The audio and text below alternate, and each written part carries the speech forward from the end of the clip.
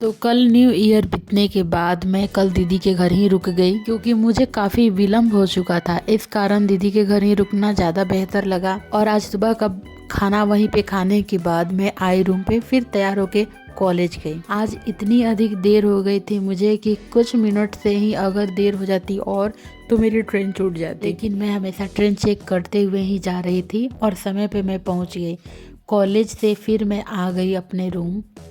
कल new year था, लेकिन मैंने जो प्रॉमिस किया था खुद से, जो चैलेंज लिया था 21 डेज़ का, तो कल का चैलेंज मैंने पूरा किया।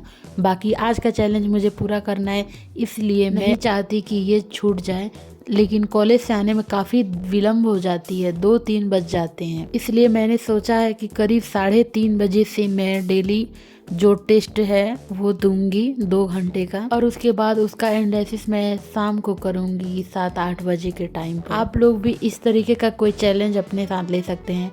तो मैं कॉलेज से आई, काफ़ी देर हो गया था। जैसा कि मैंने बताया है कि मैं खाना नहीं बनाई थी, दीदी के घर से ही खा के आई थी, तो इसलिए मैं आई और तुरंत खाना बनाने लगी। मन तो बहुत सारा चीज़ कर रहा था, अलग अलग चीज़ें, अच्छी अच्छी चीज़ें बनाऊँ, लेकिन जब मैं इसमें ज़्यादा टाइम देती तो मैं पढ़ाई नहीं कर पाती। सबसे बड़ा चीज़ है कि त्याग करना पड़ेगा पढ़ाई करने के लिए।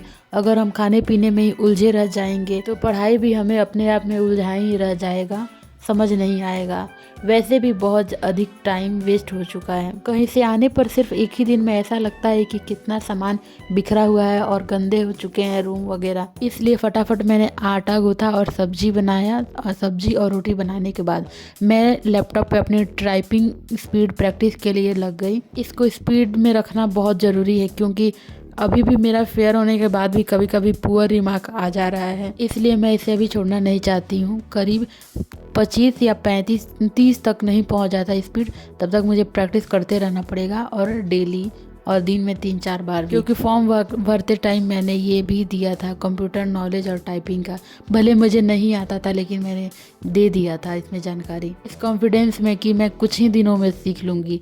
परंतु अब सीखना पड़ रहा है तो पता चल रहा है कि ये भी बहुत अधिक मेहनत का काम है। आज तो ज़्यादा समय नहीं है मेरे पास, इसलिए सिर्फ एक बार ही टाइपिंग स्पीड प्रैक्टिस कर पाऊँगी और बाकी टाइम पढ़ने के लिए, क्योंकि सुबह मैं अगर यहाँ पे रहती तो मैं पढ़ाई कर पाती, लेकिन मैं यहाँ थी नहीं, तो उसके बदले ही आज शाम को पढ़ाई करके मुझे मेंटेन करना पड़ेगा डेली का रूटीन। सबसे बड़ी बात, कॉलेज जाने के बाद तो कॉलेज में पढ़ाई होती नहीं है और खुद से भी वहाँ नहीं पढ़ पाते हैं, वहाँ दोस्त वगैरह बातें करने में ही टाइम वेस्ट हो जाता है बहुत ज़्यादा, और पढ़ने भी चलो तो बहुत अधिक उसमें डिस्ट्रैक्शन होती हैं। तो यही समय बचता है शाम का और सुबह का, जो आप अकेले रहते हो उस टाइम पढ़ाई करने का सबसे सही मौका होता है। ये टाइपिंग स्पीड प्रैक्टिस सिर्फ 15 मिनट की होती है।